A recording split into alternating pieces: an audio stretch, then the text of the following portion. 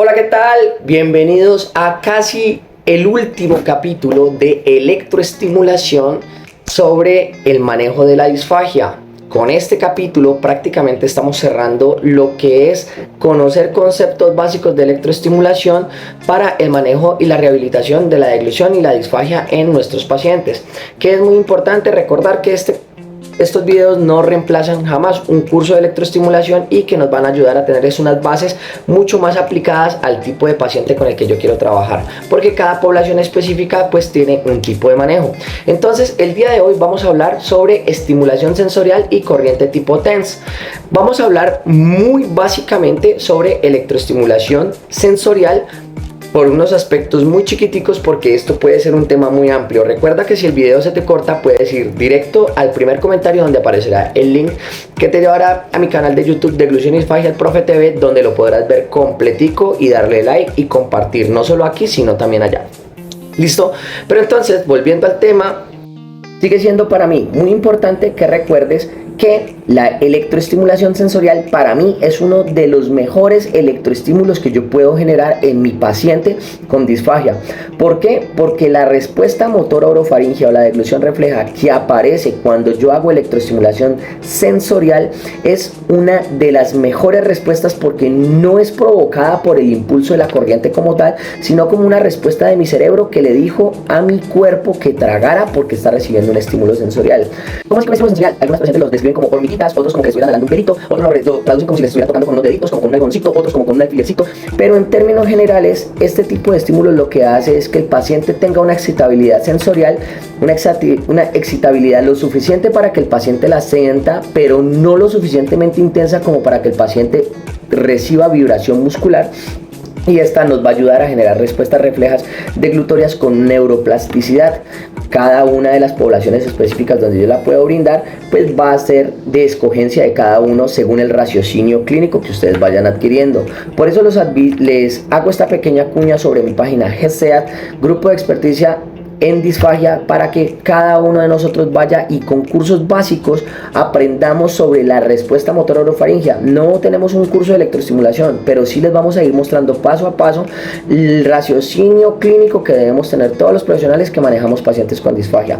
Teniendo en cuenta esa situación, comencemos con la estimulación sensorial, que es muy importante tener en cuenta que los hertz recomendados para utilizar en población de mínima conciencia o en población de poca responsabilidad, o sea que el paciente no me puede retroalimentar, no me puede dar un feedback de decirme mira, ahí lo siento bien, ahí no lo siento bien, generalmente puede ser de entre 2 a 5 Hz como la frecuencia de excelencia a utilizar, porque en algunos artículos científicos es la que mejor nos ha mostrado que tiene respuestas, ¿listo? Respuestas eferentes provocadas por el cerebro del paciente y no por la propia electroestimulación como tal.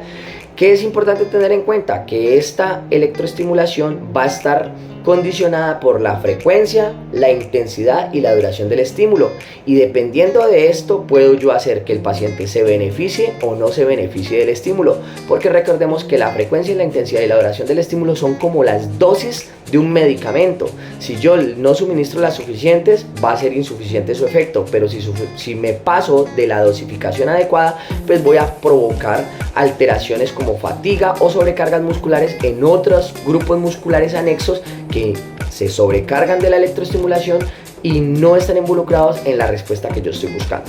Entonces, esto puede pasar inclusive hasta con ejercicios como el de la técnica de Shakir, que si yo sobreestimulo con una dosificación inadecuada a mi paciente, puedo provocar una sobrecarga de músculos aledaños que a la larga pueden generar un daño. Entonces así mismo pasa con la estimulación sensorial. Debemos ir dosificando según las respuestas de nuestro paciente, arrancando generalmente desde las más bajas e ir aumentándolas según la respuesta que mi paciente me va dando. Recordemos que hay poblaciones específicas. Puedo hacer electroestimulación sensorial en cualquier tipo de paciente, desde los responsivos y los que me retroalimentan hasta los de mínima conciencia, pero que sí es muy importante tener en cuenta de que según la cuantificación de las dosis de lo que yo estoy generando, pues eso puede generar o una sobrecarga o una hipocarga o generar una respuesta adecuada según según lo que yo voy buscando. ¿Listo? Entonces generalmente recomiendo comenzar de menos a más e irnos encuadrando según los protocolos que tengan cada uno de ustedes con sus pacientes. Recomendación: creen protocolos según el tipo de pacientes que ustedes hagan, inclusive escriban sobre eso, hagan reportes de caso, porque recordemos que lo que queda escrito es lo que en realidad va a durar en la posteridad, porque va a poder ser leído por muchas generaciones y además de eso ser aceptado o refutado por futuras investigaciones. ¿Listo?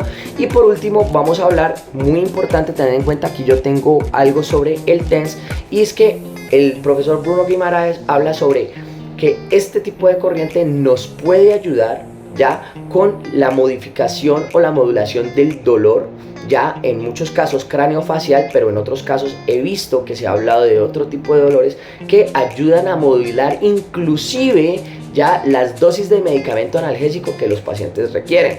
Inclusive he escuchado de algunos cirujanos estéticos que están empezando a utilizar la corriente acompañada por algunos fonoaudiólogos que trabajan la motricidad orofacial, que han empezado a electroestimular a los pacientes mientras reciben tratamientos de otro tipo de especialidad, por ejemplo cirugías plásticas o tomas de muestras.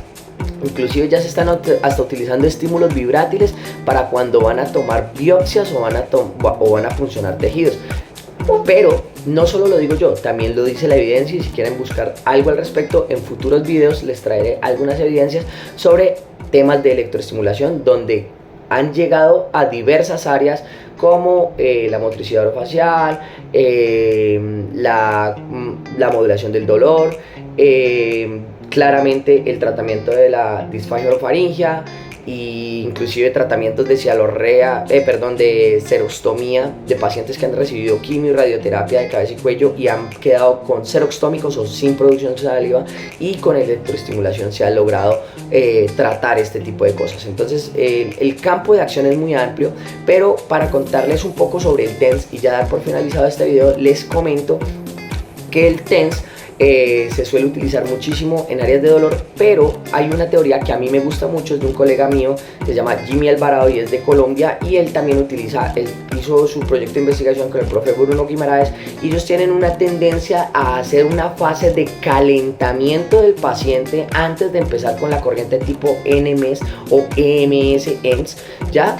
Donde utilizan el TENS como una fase de calentamiento para que el paciente entre en acción terapéutica, y una fase de enfriamiento también con corriente tipo TENS para que el paciente entre en relajación.